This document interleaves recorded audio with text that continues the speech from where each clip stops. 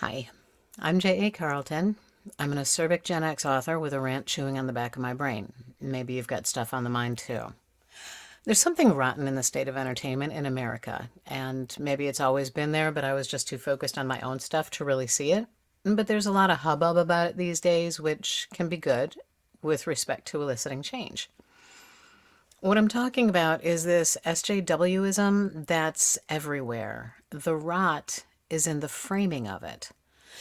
The industries, from music to publishing to screenwriting and film. Look, I don't know if there's ever really been integrity in arts industries. It's almost oxymoronic to think that there has been, since industry is basically a vehicle for making profits for those involved. And let's face it, a great deal of the time, integrity is antithetical to the motives of industry of any kind. And I'm not saying always, but as it relates to the arts, it feels like more often than not. So for today, I'm talking about the writing, publishing, and agenting of it, which also includes visual media like film, TV, streaming, and all that. What I want to say, over the last decade in particular, there's been a concerted effort to sell the idea of the empowered woman as not just an equal to men in traditional action roles, but as, for some reason, superior. This just isn't so. Listening for the backlash? But here's the thing, we're not superior. Backlash? Just like men aren't superior to women. We all have different skill sets. When used together in concert, as in teamwork, those differences in skills can be unbeatable. Sometimes women are physically stronger, but not always. You get what I'm saying? I'm not going to talk about the green woman or the Mohawk lady or the urchin who never saw an energy sword but can wield it as if she's been training with it for decades. I mean, at least we got to see Diana developing her skills through decades of training. Speaking of Diana, I grew up with Wonder Woman. Again, as usual, I'm talking about my OG, Linda Carter. I had Lindsay Wagner as the Bionic Woman. There was Isis from the Shazam Isis Power Hour. Later on came Ripley, Sarah Connor, Lilu, Alice, Xena, Katie Sackhoff's Starbuck. I know, for once not an OG. I do still love my OG Starbuck. Lovable rogue. In the original Battlestar Galactica, Anne Lockhart played a fighter pilot named Sheba. Now, unlike the other women on the Galactica who stepped up to the plate to begin as fighter pilots or to train as fighter pilots and become fighter pilots, when the male fighter pilots got sick, Sheba was an original. She was trained as a fighter pilot. It was her thing.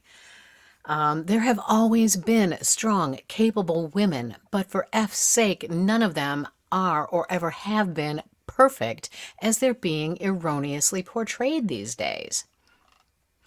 Other examples of strong women: Athena, the goddess of wisdom and war; Diana, goddess of wisdom and the hunt; Inanna, keeper of the tablets of destiny; Ereshkigal, goddess of the abode of the dead or the underworld.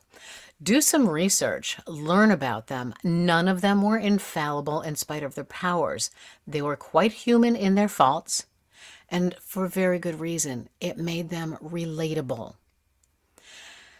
Now that I've been unleashed on the world, I'm sure I'll go into a little bit of the difference between a patriarchal society versus a matriarchal one, or you could do your own research and learn a few interesting things about human history, contrary to the influencer or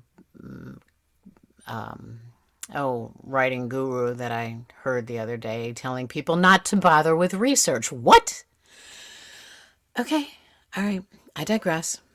The point is that what the industry is forcing out into the world is grossly myopic and doing a sickening disservice to everyone. This is just one of the reasons why there's such an enormous backlash against some of the ridiculous projects that have come out. The ones profiting off of name recognition, yet paying absolutely no attention to the way the originators of the work had built the worlds or their people. It comes out because there are a lot of loudmouth SJW activists that are screaming for this to continue, screaming for the world to acknowledge them and their distorted point of view about what it means to be a woman, man, trans, bi, gay, or even straight these days. These people pushing this distorted narrative are the proverbial squeaky wheel, and they're the ones getting the grease, to the detriment of everyone else in society. Their distorted views and desire to mold the world to fit their narrative is beyond destructive. Let's use the body positive movement for an example. Selling the idea that anybody who's carrying an extra 200 or 300 pounds on their body can be healthy just because they failed to obtain the body that they probably always wanted but never had the wherewithal to actually attain. So they gaslight everybody else into thinking that anyone who tries to improve their health in any way is body shaming them.